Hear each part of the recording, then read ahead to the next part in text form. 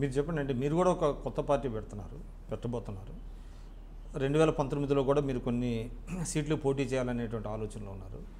అంటే ఏ రాజకీయ పార్టీ అయినా కూడా అంటే ప్రస్తుతం ఉన్నటువంటి పరిస్థితుల్లో మన పార్లమెంటరీ డెమోక్రసీలో గెలుపు గుర్రాలకే అవకాశాలు ఇస్తారు. అంటే జస్ట్ ఫర్ సేక్ ఆఫ్ ఏదో కంటెస్టింగ్ ఎలక్షన్స్ కాకుండా గెలవాలి అనేటువంటి ఉద్దేశంతోనే ఇస్తారు. అటువంటి నేపథ్యంలో అనేక విషయాలని పరిగణలోకి తీసుకుంటారు. అంతే తప్ప సిద్ధాంతపరంగా కొంతమందిని ఉపయోగించుకుంటారు, మిగతా గెలిచే వాళ్ళని ఉపయోగించుకుంటారు. రేపొద్దున మీరు కూడా కొత్త పార్టీ పెట్టబోతున్నారు. అటువంటి సమయంలో కేసీఆర్ గారు ఇక్కడ తెలంగాణ రాష్ట్రం రావాలి, మనం సాధించుకోవాలి అనేటువంటి నేపథ్యంలో కొంతమంది ఉద్యమకారులను పక్కన పెట్టి ఎవరైతే కొంతమంది ప్రజల్లో పలుకుబడి ఉందో లేకపోతే ఆర్థిక వనరులు ఉన్నాయో వాళ్ళని పెట్టడంలో అంతగా తప్పు పట్టాల్సిన అవసరం ఉందంటారా?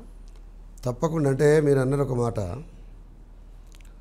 గెలుపు గుర్రాలంటే దానికి ఒక లిమిటేషన్ ఉంటుంది. అంటే ఉద్యమకాలంలో ఉద్యమకారుల మీద దాడులు చేసిన వాళ్ళు గెలుపు గుర్రాలను తీసుకురాదలుచుకుంటే ఇంకా పొలిటికల్ పార్టీ నేపథ్యమే నష్టం కదా. నేను ఏ పార్టీలో ఉండి ఎవరి చేత అయితే తన్నులు తిన్నానో ఆయన తీసుకొని వచ్చి నువ్వు కాంటెస్టెంట్గా పెట్టిన తర్వాతకి నేను ఈ ఉద్యమం యొక్క నేపథ్యం ఎక్కడికి పోవాలి. అట్లాగనే రేపు చెరుకు సుధాకర్ రెడ్డి కొత్త పార్టీ పెడితే దీంట్లో సబ్బండ వర్ణాల కనీసమైన గౌరవం లేకుండా ఇంకెవరి కోసం ఆ పెద్దపీట వేసేది ఉంటే నువ్వు మాత్రం ఇంకొక పొలిటికల్ ప్లాట్ఫామ్ మీద ఎందుకు నువ్వు రైజ్ కావాలా? ఏం అవసరం ఉన్నది? అందుకోసం చరిత్రలో దాని నేపథ్యం ఏముందో దాని ప్రకారం ఎక్స్పెక్ట్ చేస్తారు. మీరు అన్న మాట ఒక ఫక్తు రాజకీయ పార్టీగా చాలా కాలం ఉన్నటువంటి కాంగ్రెస్ పార్టీనో తెలుగుదేశం ఒక ఉద్యమ పార్టీ అని చెప్పుకున్న తర్వాత ఆ పని చేసిన తర్వాత ఎందుకు తప్పుపట్టం? రెండవది, మా రక్తం దారపోసి కదా, మా చెమట దారపోసి కదా మా కుటుంబాలు ఎన్ని కష్టాలు పడితే ఆ పార్టీ నిలబడ్డది. ఎన్నిసార్లు అప్పుల ఊబిలో నుంచి బయటపడలేక గిలగిల కొట్టుకుని ఉంటాం మేము. ఇవాళ అది ఎవరికి అర్థమవుతుంది? కేసీఆర్ ఇవాళ ఏమంటారు 1000 కోట్ల ఆస్తులు పోగేసుకున్నారు కదా, మా శ్రమ ఎవరికి అర్థమవుతుంది?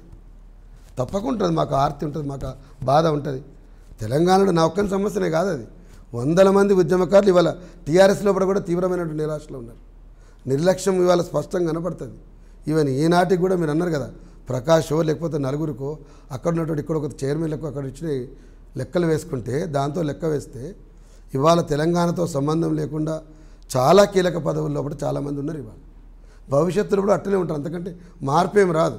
దానికోసం ఒక తీవ్రమైన అసంతృప్తి ఇవాళ బయట ఏ పార్టీలో ఉంది ప్రధానంగా అంటే టీఆర్ఎస్లో ఉంది. ఇవాళ టీఆర్ఎస్ పార్టీ మేము 2001లో ప్రారంభం చేసినటువంటి త్యాగాల పునాదులు వచ్చినటువంటి పార్టీ కాదు. ఇది ఫక్తు రాజకీయ పార్టీగా రాజకీయ నిరుద్యోగులు డబ్బులు ఉన్నటువంటి వాళ్ళ కోసం మాత్రమే నిలబడుతున్నటువంటి పార్టీ అభిప్రాయాలు వాళ్ళు ఉన్నారు ఇవాళ.